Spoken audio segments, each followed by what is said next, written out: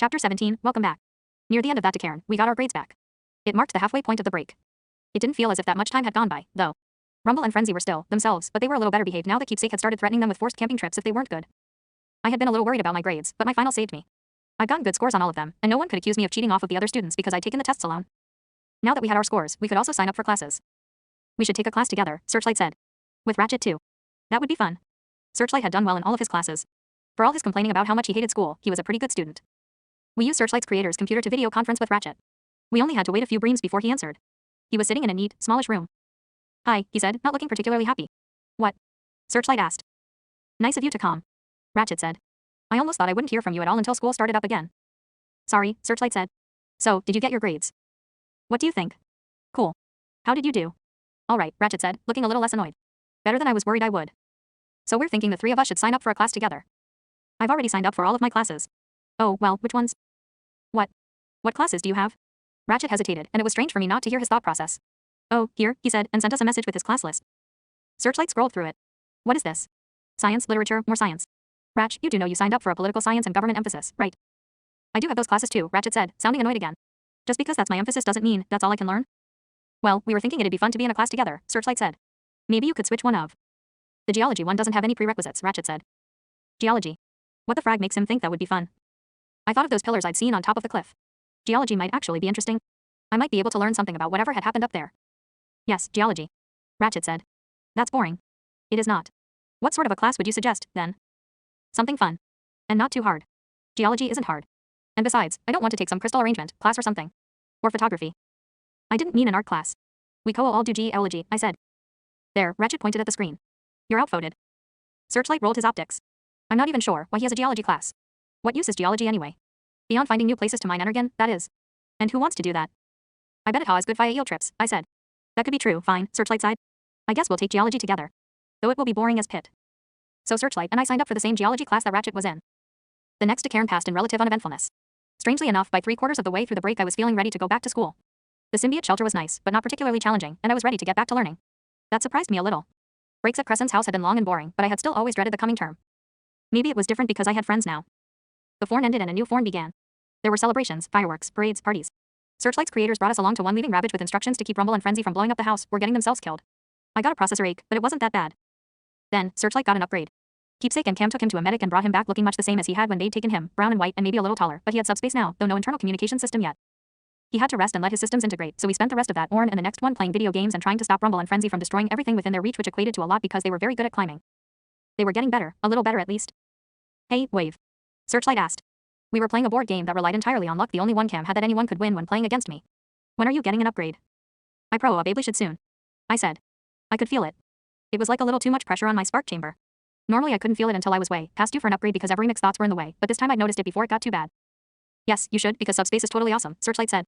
He stuck one of the game pieces in his subspace and then tried to pull it out again, but ended up with a datapad he put there earlier in the Orn. Oops. When did I? He started pulling things out, looking for the game piece. It was kind of strange how even though I was spending more time outside and around other mecha, I didn't get processor aches very often, hardly at all. Maybe I was just getting used to it. But that didn't make sense. You know, it's too bad that you can't stick anything with a spark in subspace, or we could sneak Rumble and Frenzy into the school. Or get rid of them for a few drawers whenever we wanted to. Here it is. He held up the game piece, then set it back on the board where it belonged and shoved the rest of the junk he piled on the floor back into his subspace. Come to think of it, where are Rumble and Frenzy? It's suspiciously quiet in here. Oh well, I'm sure we'll find out what they're up to eventually. The symbiotes. Searchlight tapped the board screen and it told him how many moves he had this turn. I looked at Ravage, who was sitting by my side, watching the game and pretending to be bored. I always felt better when he was around. And I could concentrate more easily. I'd always thought that was just because he was comforting, but it was the same with the other symbiotes. I felt happiest at the shelter, and I never got a processor ate the Orns that I went there. It couldn't just be because they thought things more quietly. I usually had 30 or 40 of them in my helm while I was there, and even with quieter thoughts, that should have been a little overwhelming, but I always left feeling fine, and with less of a stutter than I'd had in the beginning of the Orn. Searchlight finished his turn. Soundwave, your move. Soundwave. Oh. Right. I tapped the board screen and moved one of my pieces 3 spaces forward. You should probably get an upgrade before the term starts. I nodded. I knew that. It would be really annoying to have to take a few Orns off during the school year. That was a sure way to fall behind. You'd have to go and talk to your caretaker about that, wouldn't you? He took another turn. He was losing and wasn't too happy about it. I am really bored. How about you? I nodded. We could go to the park. He wasn't supposed to leave the house until the next Orn. Keepsake will all be ma ad. Searchlight sighed. Yeah. Ravage's flicking tail brushed me. You're talking to him using his thoughts, aren't you? Yes, I was. What of it? Ravage, of course, couldn't hear me. It was ironic that I was the one who had to talk to have these conversations. It would be so much easier if it were the other way around. I left for college 4 hours early so I could go convince Crescent to take me in for an upgrade. That went about like it always did, with her putting it off until the last bream so that by the time the term started, I was still recovering a little. The assembly hall was full. Not overflowing, but full. Last term, my default range had been wide enough to encompass a little more than a quarter of the enormous room. Now, it was getting dangerously close to a third. But it wasn't too bad, especially after the break. As long as the assembly didn't last too long, I'd be okay. Searchlight and Ratchet found me near the back of the room. It was quieter back there because only half of my spherical range was covering other mecha. Hey, Wave, Searchlight said and sat down next to me. Ratchet sat on my other side, wishing he could convince us to go sit up at the front. So, Searchlight said. You'll never believe the things Rumble and Frenzy got up to after you left. I think it was your presence that kept them under control. Or maybe Ravage's.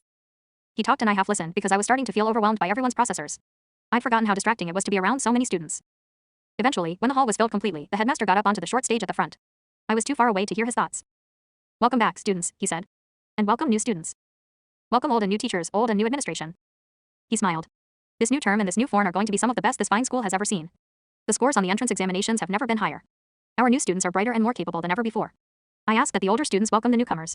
We also have a few students who have transferred from faraway cities. We even have a student coming to us all the way from Foss for a term. Please make him feel welcome. There was a wave of whispering. Foss was a long way away. Some students hadn't even seen a seeker before. With how isolationist they were, I wasn't sure why a seeker would want to come down to this school. I wondered along with those around me what term he was in and why he was here. The headmaster continued his speech, talking about how good the school was and all the students who had learned here and gone on to do important things. He didn't mention the real thing that made this school different, which was that it was one of the only private schools of its prestige in the world that allowed middle and lower class mecha to enroll as students. Part of the reason why it was considered one of the best was that it cared almost as much about academic potential as social standing and therefore attracted a lot of brilliant and talented middle and lower class students. When the headmaster finished, the crowd split up and separated into individual terms. Ratchet, Searchlight, and I went with the other 4th term students into a smallish auditorium. There were only about 100 of us. The seeker was among us. I could feel him wishing he were anywhere but here, hating how low the ceiling was, and wondering how in the universe anyone could stand to be in this room when it was so crowded and there was no window. Cable Reach was in charge of introducing the 4th terms to the general rules as well as things specific to our age group. Good morning all of you, he smiled. Welcome and welcome back. There are just a few things to go over before we release you to your classes. He rattled off information about rules and schedules and directed anyone who had questions to the welcome packet that they could download off of the school's open database. Finally, if you haven't picked an emphasis yet, you have until the end of your first full form here. That means that by the end of this term, you need to have picked an emphasis. If you don't pick your emphasis until then, you're going to be scrambling. It's best to have one now. If you need to declare an emphasis or need to change one, you can come see me. Please don't put it off. Also, if you're transferring from another school or are new to the school, please come talk to me. He looked pointedly at the seeker, who scowled at him. Then Cable Reach glanced at me. Soundwave, sometime this morning, come find me in my office. Bring Searchlight too, and any other friends who know you can read minds, all right. He went on to explain a few more things for the benefit of those students who were new, then asked for questions and finally dismissed us. A small crowd gathered around him to ask specific questions and talk about their emphases. I still needed to declare my emphasis. I would probably do computer science or something. Not only did I find the subject interesting, it would also make Cable Reach my academic counselor. Searchlight and Ratchet were both emphasizing in politics. I thought Searchlight would probably be good at that sort of thing if he ever grew out of his bad decision-making problem. I wasn't so sure about Ratchet. He'd probably be happier with science, but he was too stubborn to change. I followed Searchlight and Ratchet, along with the rest of the crowd, out into the hallway. We had a few breams before we needed to go to our next class. I'd left Ravage in my room. He was probably lonely and missing the twins, but that was the price he had to pay to come to school with me. I couldn't take him to class. We stopped at an intersection as students split up. Well, Searchlight said. See you in geology. Yuck. We all went in different directions. I got to my first class, remembering how bleak the previous term had seemed when it had started. Things had changed, though. Not only did I have friends, and not only did I have mecha I could trust who knew I could read minds, I was different. The seeker was in my second class. The teacher called him up to the front to introduce himself, and he did with a quiet hostility that did not really do justice to the utter contempt he already felt for this school and its teachers and students. I sincerely hoped he wouldn't start spending time with Verdict and his friends. His processor felt a little like theirs. Geology was our last class of the Orn. Ratchet had gotten there first and saved us seats in the very front of the room. Next Orn, I'll get here faster so we can sit in the back, Searchlight promised himself as he sat down. I can't believe we let him talk us into this. Geology. The room filled. I recognized several of the students from the previous term. That surprised me a little, and then I realized that it must be like this all the time for students who didn't have to switch schools every few terms. They came back and the same mecha were in their classes. The seeker came in and sat as close as he could to the window. About half of the class noticed him, and a lot of them were excited to see him here. He, himself, was significantly less thrilled. The bell rang for class to start and the teacher got up. Good Orn all of you, he said, but neither sounded nor felt like he was having a good Orn. I'm Retroquake. I'm looking forward to getting to know all of you. Another batch of students. My, do they look friendly and excited to be here. His gaze lingered on Searchlight's bored expression, and then the seeker's dark scowl. Just as excited to be back in school as I am. This is a geology class. If you didn't sign up for a geology class, then get out. No one moved. Good. Now I'd better start trying to memorize your designations, and I want all of you to get to know each other. We're going to be going on a number of field trips and doing a lot of projects, so you'll need to know who everyone is. Let's start in the back. Every mix, stand up and tell us your designation, your home city, and your favorite color. Favorite color. Yellow. That's a silly question. Blue. Orange. Blue. Red. Everyone's thoughts overlapped in a wave of gibberish. Not indecipherable gibberish, though. If they'd all been talking out loud, I'd have just heard an indistinct swell of noise, but thoughts were clearer, each on its own frequency. So instead of one overlapping sound, I got 30 simultaneous bits of information for my processor to organize. Retroquake went around the room and everyone took turns introducing themselves. Most were from nearby cities. Iacon, Polyx, and predominantly Kalis. One light gray and purple femme who had been in my history class last term was from Praxis. The seeker stood when it was his turn. I'm Thundercracker, he said dully. I'm from Foss. As if that wasn't blindingly obvious. He sat down again. Favorite color, Retroquake prompted. The seeker stood up again. What a stupid question. Hot pink, he said, voice heavy with sarcasm. Several of the other students giggled, and he sat down again. Well, someone's got an attitude, Retroquake thought. Ratchet got up, then Searchlight, and then it was my turn. I stood. I am Soundwave, I said. From Ka Alice. Fragging stutter. Blue. I sat down. I wasn't really sure what my favorite color was, but blue was pretty easy to say. Huh, it's that one. I've heard about him. I hope he knows cheating won't be tolerated in this class. The front row finished introducing themselves, and the teacher launched into a lecture that threatened to put even Ratchet to sleep about how Primus had created Cybertron to be perfect. Your homework, Retroquake said at the end of the jour, is to read chapter 1 of the text by next class period. And by the end of the decairn, your first assignment will be due. I want each of you to go out into the city and find some evidence of one geological process in chapter 2. Write a paragraph about it. All right, class dismissed. We all got up and filed out of the room. Ratchet, Searchlight said as we went out the door. I'm going to kill you. Humphy, Ratchet said. I didn't think it was so bad. He wah as falling asleep. Oh, shut up, Soundwave. Hey, Searchlight said. Don't tell Soundwave to shut up. Ugh. I need some energon. Let's go to the energon hall, then hang out in my room for the rest of the orn. And not do homework. I'm not ready for homework yet. Why do we have to go to school at all? Okay, Ratchet said. Hopefully, I'll be able to get most of my homework done. I followed them. Normally, I took my energon and snuck it up to my room. That would be even easier now I had subspace. We went through the line and each got a cube. Ratchet frowned at me as we sat down at a table. How do you even eat, Soundwave? I shrugged and stored my cube in subspace, then pulled out an empty cube. I didn't feel like explaining it. Not that I cared if Ratchet knew, but right now there were too many other mecha around, in hearing range. But then Ratchet asked out loud. Hey, Soundwave, you don't have a mouth. Brilliant deduction, Ratchet. How do you eat? I shrugged again. Searchlight stuck his finger in his energon and flicked it at Ratchet. Ask later. But really, Ratchet said. You have to get energon into your system somehow. Do you have an alternate port? Does your visor screen thing open? Everyone nearby was listening now. Primus, Ratchet, Searchlight thought. It's like he doesn't even know how awkward he's being. Well. Ratchet said. Hey, look who's back. Oh no, not already. Verdict nudged Motormaster and the 3 bullies got up from their table and approached ours. I kicked Searchlight's feet under the table, and he looked at me, then followed my nod. Oh, Primus, not these goons again. Ratchet saw them as well and ducked a little lower, crossing his arms nervously. Motormaster shot him a nasty grin, and he wished he could sink into the ground. He was very tempted to hide under the table, but knew that would make him look childish and cowardly. Hey, friends, Verdict smiled. I'm sorry, Searchlight said, who were you addressing that to? Verdict's smile deepened. I see you've crawled back from whatever scrap heap you came from. Searchlight glared. Just go bother a mech who cares. Okay, Verdict said. But I think you mechs better watch your step this term. Or I think a few of you might have some trouble staying in school. I bet my creators would believe me if I told them about you, Soundwave. You know, I really do think that. He directed his smile at me. The students watching the exchange were a little confused. Verdict and his friends walked away again. Searchlight downed his energon. Come on, let's get out of here. Ratchet quickly finished his cube, and we left the energon hall. I went to get Ravage, and then joined them in their room. Ravage leapt off my shoulders, even before I'd gone through the doorway and tackled Ratchet out of his chair with great enthusiasm. Ratchet cursed at him and climbed back onto the chair. Okay, Searchlight said when I'd taken my customary seat at his desk. What are we going to do about Verdict? I shrugged. Nothing, Ratchet said. They're just making empty threats.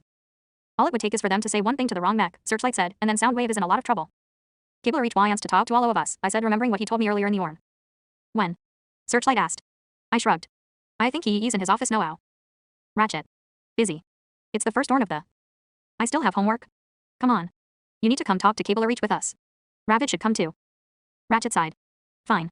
We got up and I led the way to Cable Reach's office. He was alone when I knocked and let us in. Good orn, he said brightly. Come in and sit down all, 4 of you. We sat in the chairs across the desk from him. How was your break? He asked. Good. And you too. Fine, Searchlight said. Ratchet shrugged. I don't know your designation, Cable Reach nodded to Ratchet. I'm Cable Reach by the way. Ratchet replied. Nice to meet you. You too. So, we need to talk. Soundwave, everyone listening knows you can read minds. I nodded. As all of you know, Soundwave has a particularly unusual talent. Ratchet huffed. You can say that again.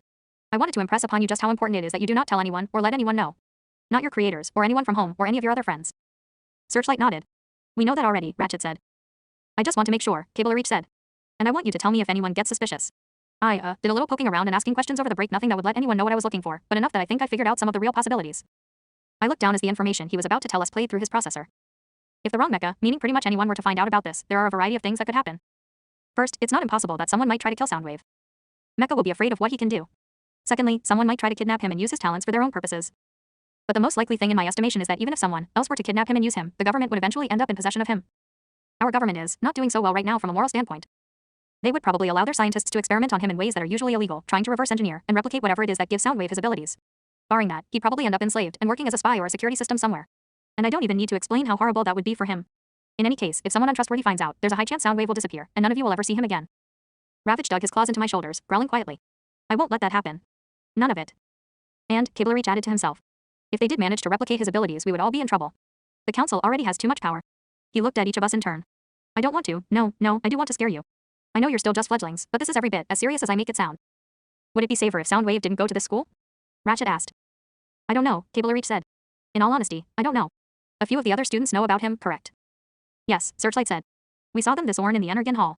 They basically threatened to tell someone. That's very dangerous, Cable Reach said. Do you want me to try to talk to them for you? I shook my helm. Part of me thinks they'd be more eager to tell someone if they understood the consequences, Ratchet said. They're awful. Cable Reach sighed. As much as I don't want to agree with that, all right. But I want you four to be extra careful. Don't try to provoke them, please. If they tell anyone and you find out about it, come directly to me. I have friends in high enough places, I might be able to get Soundwave somewhere safe before it's too late. Maybe. Okay, Searchlight said. We can try. If stepping down to the bullies means keeping Soundwave's powers a secret, I can do it. I don't have any problem with trying to stay out of their way, Ratchet said. Thank you, Cable Reach said. And thank you for coming. You can leave, except for Soundwave. I need to talk to him for a bream. Searchlight and Ratchet hesitated. Unless there was anything else you two needed to talk about with me. Searchlight shook his helm. Raw of age, go with Searchlight, I said. Ravage nodded and hopped off of my shoulders. The three of them left. So, Cable Reach said. How are you really doing? He pushed a datapad across the desk for me to type on. Fine. The break was really nice. Good. Any more interesting things you found out about your mind reading? I thought back. Yes. I realized that I don't get as much of a processor ache around symbiotes. I have no idea why. Cable Reach said. That's very interesting. And I hesitated well. At one point we were camping and I decided to see how far I could expand my range. Really? Cable Reach frowned. That sounds dangerous. Yes. But then something strange happened. I can't quite explain it. There had been a voice. It had called me sparkling and it had sounded very sad. Primus. Had I brushed minds with my god? I didn't know if that was possible, or why Primus would bother to speak to me, even if it was. Well, I wouldn't do anything like that without being very careful. What if you got to a certain size and your range stuck there? That could be very bad. I nodded. I wouldn't do it again. Have you had any luck figuring out how to make your range shrink? No. I had no idea how to even attempt that. What I did to expand my range couldn't be done the other way. It was like pushing on outward on a smooth glass sphere. I could stretch it out, but there was no way to get the purchase I needed to draw it back in. He asked a few more questions and then told me about some theories he had. You know, he said at length, when you're older, I do know a few mechs you might be able to trust. Are you planning on going to the academy in Yacon after this? I shrugged. I hadn't ever really expected to be sane that long, and even if I was, I typed it's too crowded. Cable Reach frowned. Admittedly, that's a problem. But maybe by then we'll have been able to figure something out about your range. I know a good teacher there, one of my best friends actually, who's very trustworthy. He'd be better than me at finding solutions to your problems anyway. Do you know what you want to do after school? I have no idea. Whatever you do, you'll excel at it. You've got an advantage. You have potential to do nearly anything, Soundwave. Which, of course, is why you have to keep yourself away from those who would use you. It's not just an advantage, it's also a disadvantage. Yes, Cable Reach admitted. But every advantage is a disadvantage until you learn how to control it. That was true. Learn to control your advantages, Soundwave, and you can do anything. That puts a lot of responsibility on you, doesn't it? I nodded. This again. I was suddenly reminded of when I'd scared Crescent into letting me stay at the school. That had been wrong. But I didn't want to confess to Cable Reach. He was a good teacher, a wise mech, and almost a friend. I didn't want to feel his disappointment. He sensed my discomfort somehow. Don't worry, he said. You'll do fine. You can figure this out. Thanks, I said. You can go join your friends now, unless there was something else you wanted to talk about. No, thank you though. For everything. No problem. I left his office. Thinking about the future bothered me.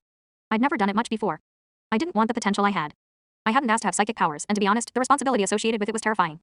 Maybe right now, I could just worry about keeping things the way they were, because right now, things were okay.